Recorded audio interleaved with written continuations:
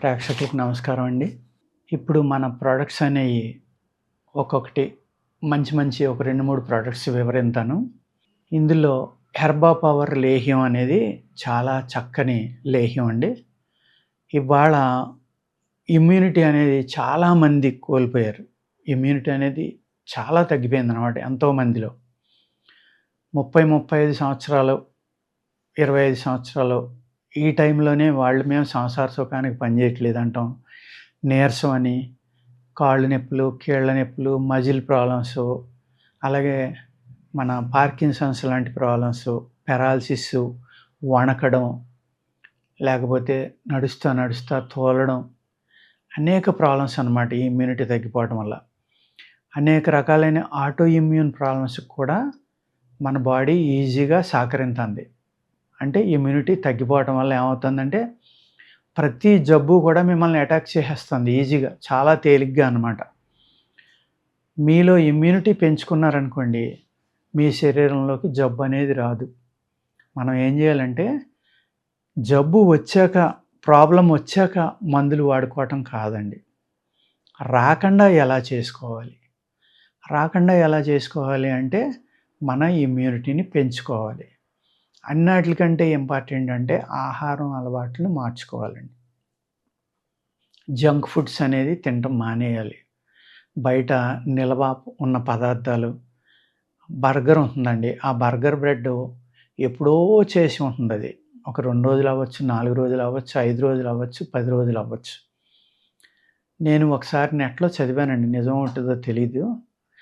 ఒక అమెరికన్నే రాశాడది. నెట్‌లో పెట్టాడు. ఎలాగా అంటే, అతను బర్గర్ తింటా స్టోర్ రూమ్‌లోకెళ్ళి, ఆ స్టోర్ రూమ్‌లో ఏదో పనుండి ఆ బర్గర్ అక్కడ పెట్టేసి మర్చిపోయాడు దాన్ని. ఆ పని అయిపోయాక బయటకొచ్చేసాడు. తర్వాత కొన్ని సంవత్సరాలకి ఇల్లు మారదామని ఆ స్టోర్‌లోకెళ్ళి స్టోర్ సర్దుతా ఉంటే ఆ బర్గర్ కనపడిందంట ఆయనకి. కనపడితే ఆ బర్గరు అలాగే ఉందంట బ్రెడ్.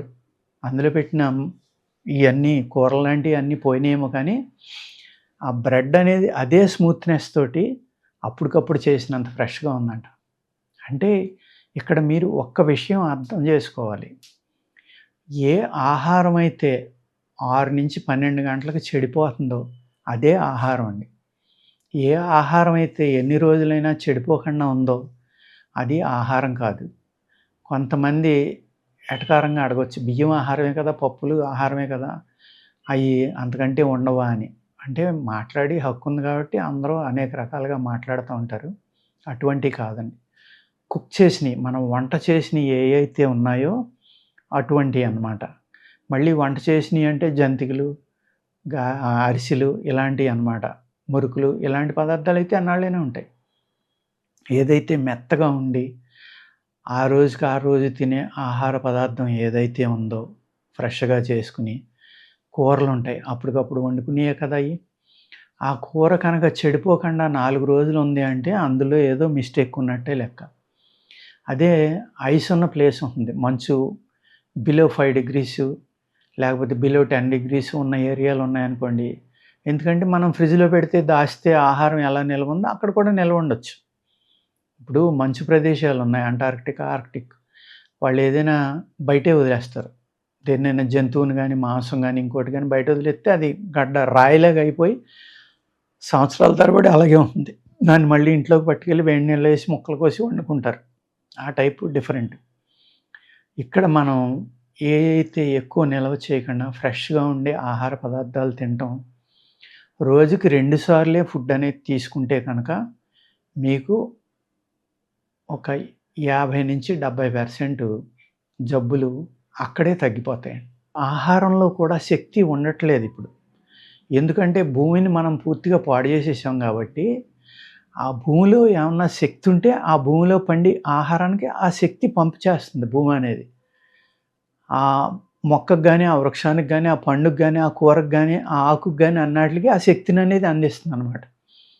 మనం భూమి అనేదాన్ని పూర్తిగా పాడు చేసేసాం. ఇది నేను అనేక వీడియోల్లో చెప్తున్నాను. అన్నిటిలో చెప్తున్నానని అనుకోవద్దు. ఈ పాయింట్ ప్రతి వీడియోలో చెప్పవలసినంత అవసరం ఉంది. అంత ఇంపార్టెంట్ మానవాళికి. ఇవాళ మనం ఎన్ని రకాలైన జబ్బులు ఎన్ని రకాల ప్రోటీన్స్ వాడినా, విటమిన్స్ వాడినా ఎందుకు పనిచేయట్లేదు అంటే మనలో శక్తి లేదు. మనం తినే ఆహారంలో పట్టు లేదు.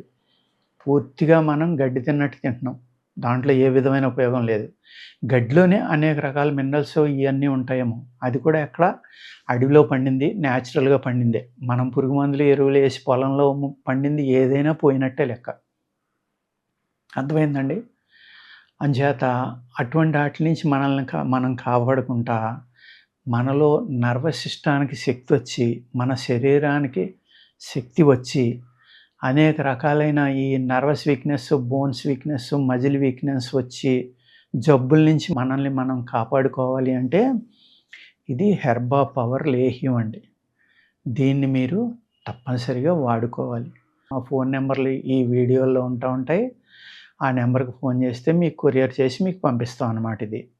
ఇది మీ యొక్క మగతనాన్ని పెంచడం గానీ, కంటి చూపుని పెంచడంలో గానీ, లేకపోతే బ్రెయిన్ యొక్క ఆలోచన అంటే మతిమరుపుని తగ్గించడం, జ్ఞాపక శక్తిని పెంచడంలో గానీ, ఒక చాలా చక్కగా పనిచేసి లేహ్యం అండి ఇది. కానీ దీన్ని 14 ఏళ్ళు పైన వాళ్ళే వాడుకోండి. పిల్లలకి ఇవ్వొద్దిది. అర్థమైంది కదండీ! నమస్కారం అండి.